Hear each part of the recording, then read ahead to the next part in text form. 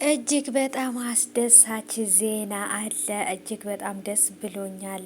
ለልዬ የእውነት እንግዲህ በህልም ላይ ሳይሆን ወይንም የእውነት እንግዲህ ማስታወሷ እጅግ በጣም ብዙዎቻችንን ደስታ ፈጥሮልናል። ለሙዬ መሻል አለባት፣ ለሙዬ ካልተሻላት በጣም ነው የሚደብረን ምናምን እያለን ብዙዎቻችን እየተጨነቅን ነበረ። ለሙዬ ተሽሏታል።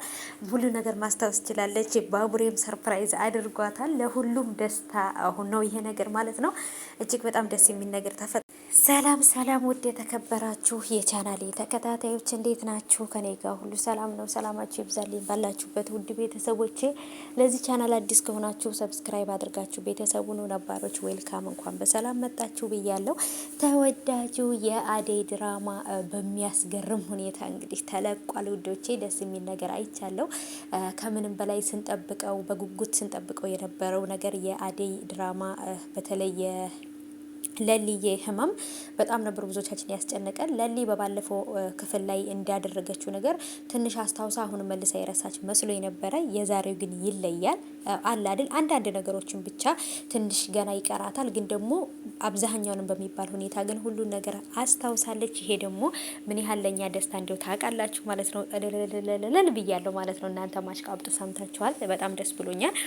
ፍቅር በሰዎች ጉዳይ ላይ ወይንም የአንዱን ጥፋት ወደ አንዱ አላክካለሁ ብላ ስታስብ ራሷንም እንግዲህ ወደ ሌላ ችግር ከታለች። ዶክተሩ ጋር ሄዳ የቤዛን ወንድም ማለት ነው እነሱ ያልነገሩህ ስለፈሩህ ነው እንጂ ይሄን ነገር ያደረገችው አደይ ናት እንጂ ቤዛ አይደለችም ብላ ስትነግረው አንቺ የነሱ ተባባሪ ስለሆንሽ መያዝ አለብሽ፣ መቀጣት አለብሽ ብሎ ለፖሊሱ ለመርማሪው ደውሎ ሲናገር በጣም ነበር የደነገጠችው። አሁን ላይ የታባቷ እንደምትገባ ምን እንደምታረግ ግራ ተጋብታለች።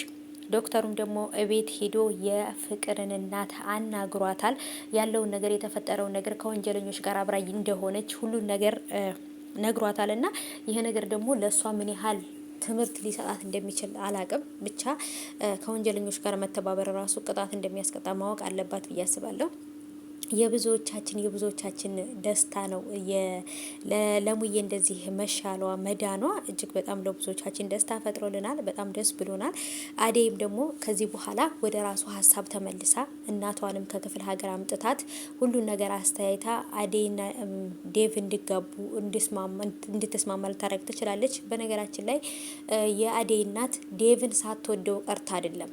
በጣም ለሰው ልጅ ክብር አለው፣ ለቤተሰቦቿ ክብር አለው፣ ለራሱ ክብር አለው እሱ ማለት ነው። እና ሳትወደው ቀርታ ሳይሆን እህቷ ብርሃን እንደምታፈቅረው ስለነገረቻት ወይም ስላወቀች እህትማማቾቹን በመሀላቸው ቅሬታ ይፈጠራል ብላ ስለፈራች እንጂ አደይና ዴቭ ቢጋቡ በጣም ደስተኛ ናት። ግን አደይና ዴቭ ተጋብተው አደይና ዴቭ አንድ ላይ በሚኖሩ ሰዓት ላይ ይችኛይቱን ግን ብርሃን ደግሞ ልቧ ይጎዳል፣ ልቧ ይሰበራል፣ ታዝናለች ብላ ስላሰበች ነው እናቲቱ ይሄን ነገር ያደረገችውና እንግዲህ አሁንም ጀገራው አበበን እየፈለገው ነው። የገዳዮቹ እሱን መግደል ይፈልጋሉ ምናምን እያለ እንግዲህ ነገሮቹን እያወሳሰበበት ነው።